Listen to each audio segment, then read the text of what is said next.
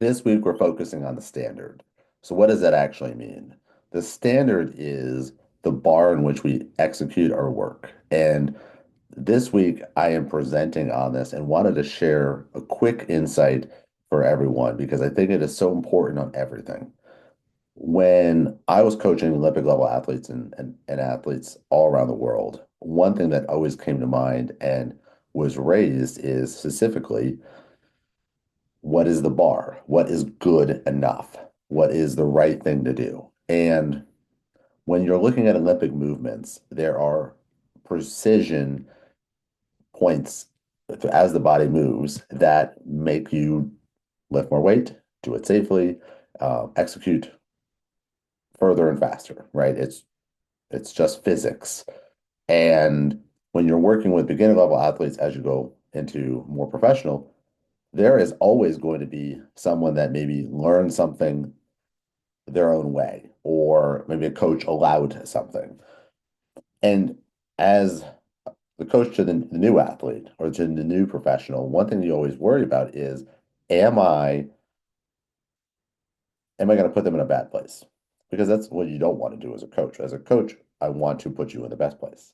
And whether it is for your career, it is for your marriage, it is for your life, it is for your profession, your business, I always want you to be better from it. And so the standard for me is always to make you better.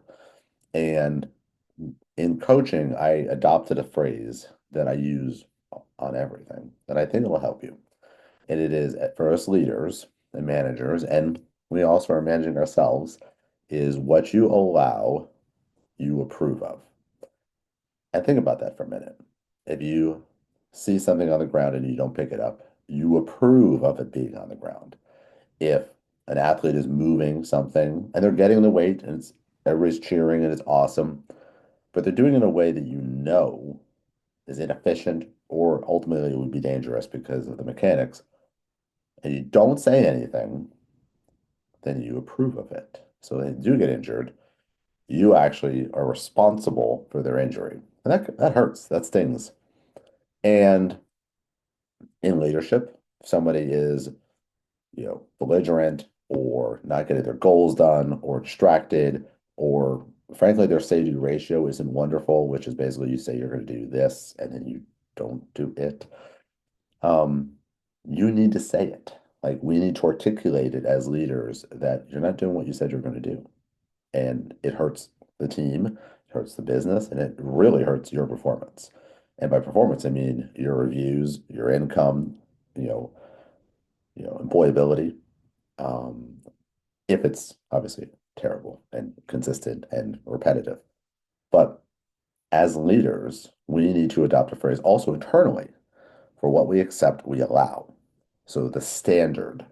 And so there are things that are obvious and the things that are we can do better. We can treat people better. We can work harder. We can work as a team. We can involve more people. We can do what we say. And if we can't do the goal that was given, then we need to find a path that makes it possible because you should be able to influence, you should build a team, you should have all these advantages. And so the standard, the standard is what you approve of. It is how you live your life. It is how you live your day. It is how you are executing for your team and delivering for your customers. And so that is what this week's focus is. Um, this is what we need to do. How we need to do it, well, we can have a conversation on that too. So good luck. Go do it. You know what's right and what's good, and you need to hold that standard. So good luck out there. I believe in you.